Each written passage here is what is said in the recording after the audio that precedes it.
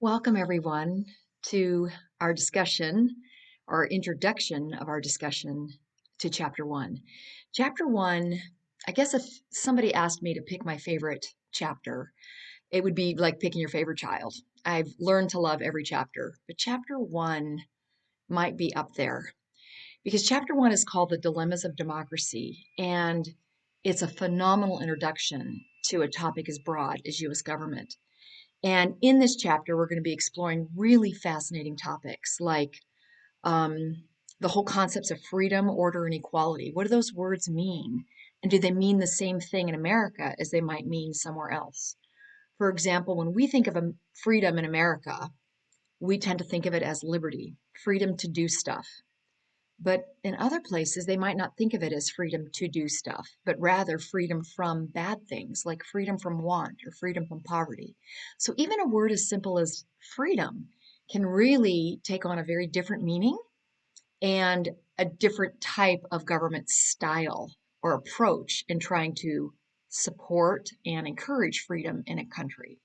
So we're going to be looking at the terms freedom, order, and equality and discovering how and what they mean makes all the difference in the government approach to supporting those values.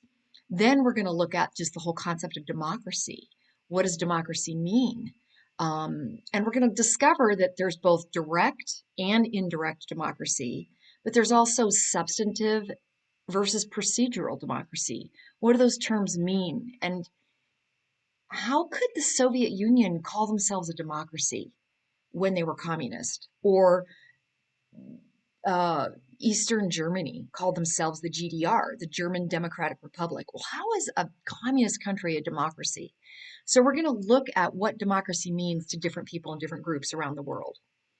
Then get ready for the really exciting thing to hopefully clarify to you things that maybe you've been confused about for most of your life. And this is the broad concept of political ideologies. So in this chapter, we're going to explore all of them from the far, far left, which might be, most people might consider that to be totalitarianism, to the far, far right, which most people would consider anarchy. And we're going to look at all the isms in between, including communism, socialism, capitalism, and libertarianism. So we're going to look at all those in the context of strengths and weaknesses, advantages and disadvantages to each system, and we're going to explore what we think we are.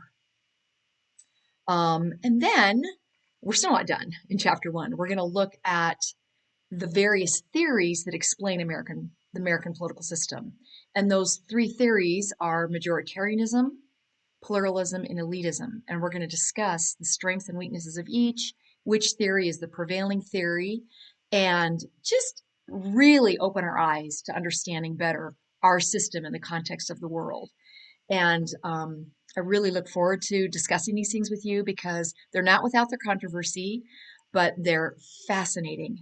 And once the light goes on and you understand America in the context of the rest of the world, you'll have a much clearer understanding and comprehension of why our country is so unique and kind of uniquely poised to have the power it does in the world and the responsibility it has in the world as a whole.